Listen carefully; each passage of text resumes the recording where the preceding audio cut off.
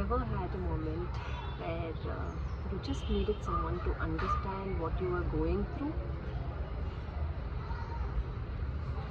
No advice, no judgment, just someone who truly felt your pain, your joy, your struggles. That is empathy. And it's one of the most powerful gifts that we as human beings can give each other. Empathy empathy isn't just about feeling sorry for someone. It's about stepping into their shoes, seeing the world through their eyes, and letting them know that they are not alone. Think about a time when you were at your lowest.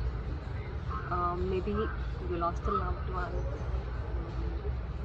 failed at something you worked so hard for, or just felt completely invisible. Now, imagine how much it meant when someone said, "I see you, I hear you, I'm here for you."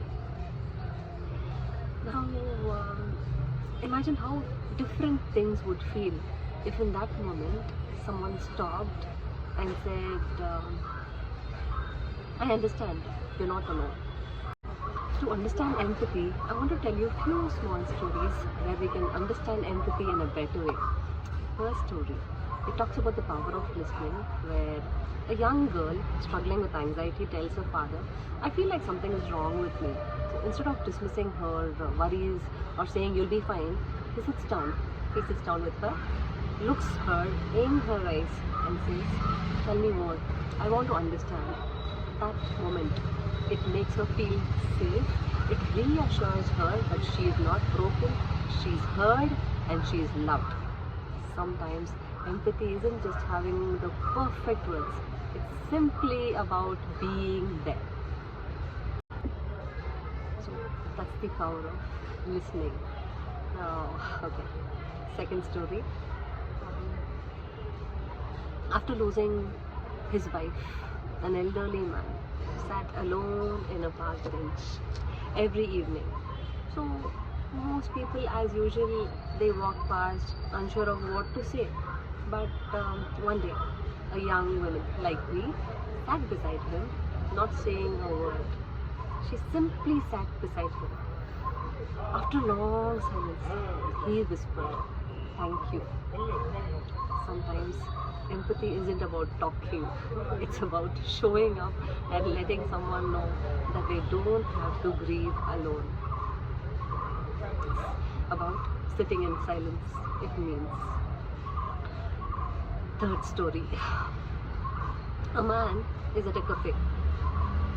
He had his meal, but he forgot that he's forgotten his wallet, and he's struggling to pay his meal after realizing that he forgot his wallet. So the woman behind him notices that he's panicking and quietly pays his bill. When he turns around embarrassed, she just smiles and says, "We all have bad days. Pay it forward when you can. Pay it when you can." Okay? So that one act of kindness, it stays with him and it inspires him to do the same for someone else. Empathy creates a ripple effect. It spreads further than we actually realize. So that is about small gestures which shows big effects. The fourth story. A woman, she keeps missing her deadlines.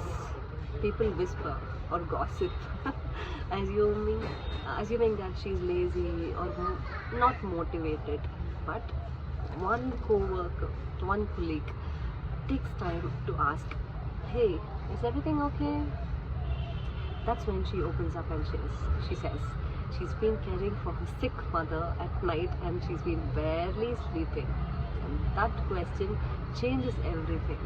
So instead of judgment, she's met with understanding here. Her colleague helps her to rearrange all her workload, and suddenly she's not drowning alone anymore. Can you relate to this? Okay, see the Charlie movie where the dog didn't let him sleep all night and the hero ends up sleeping in the workshop. Something like that, alright? And the co-worker understands this. Fifth story. A woman lost her teenage son. Maybe an accident, maybe a suicide. Every time someone asked, "How are you?" she had that pressure to say, "I'm okay," even though she wasn't. But calls, she used to get calls in the beginning after he actually passed away. But you know, calls, people move on, so she stopped getting calls or messages so often. But one day a friend just came down and she sat with her and asked her, "Tell me about him. How was he like?" That small moment, it changed her. That moment brought her tears, but also some comfort, because empathy means acknowledging that a loved one's memory isn't something to be avoided, but something to be honored. Remember, grief doesn't end with the funeral. Grief doesn't end with the funeral. And also, empathy doesn't mean that you have to fix everything. Empathy is love in action. And see, grief can be isolating, but empathy bridges that gap. You know, it bridges that gap. It doesn't erase the pain, but it makes it bearable. It reminds people that they are seen, heard, and most importantly, that they are not alone. So, today, if you know someone who has lost a loved one, don't be afraid to reach out. Say the loved one's name, sit them with you in silence, offer a small kind of act of kindness. Check in a few months or weeks later, because sometimes the smallest act of empathy can be the biggest gift of all. And empathy isn't just being big, heroic gestures. It can be small, just sitting with someone in silence. Empathy is contagious. A kind word, a listening ear, and even acknowledging someone's pain. It matters more than we actually realize. So today, I challenge you, look around, notice people, listen, not to respond, but to understand. So let's make a choice to pause, to listen, to care, because even the smallest acts of empathy can change your life, maybe even yours. Because the world doesn't need more intelligence, success, or ambition. The world needs more kindness, more connection, more empathy. And that starts with us. Love you all. Take care. Bye. And I'm saying this for the first time on my channel. If you like the message that I pass on, please go ahead, subscribe my channel, and show me your love. Bye. Take care. இந்த மாதிரி நேரத்துல வீரங்கள்லாம் அடிக்கடி சொல்ற வார்த்தை என்ன தெரியுமா? Once upon a time.